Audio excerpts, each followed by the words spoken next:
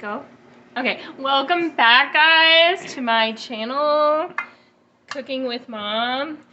In our last video, we made a tater tot casserole, and if you watched that video, you remember that I set aside some meat for the low-carb version, so that's what we're making now. So I've placed my meat in a smaller casserole dish. This one's not my favorite.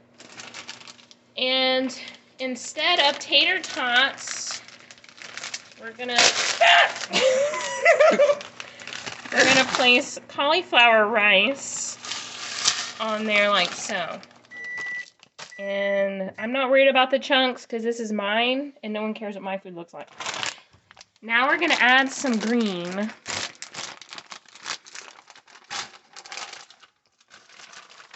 There's my broccoli.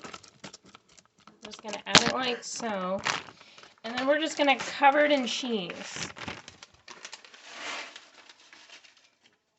That's it. That's the low carb version. And then I'm gonna place it in the oven to cook with the other tater tot casserole. That's it, guys.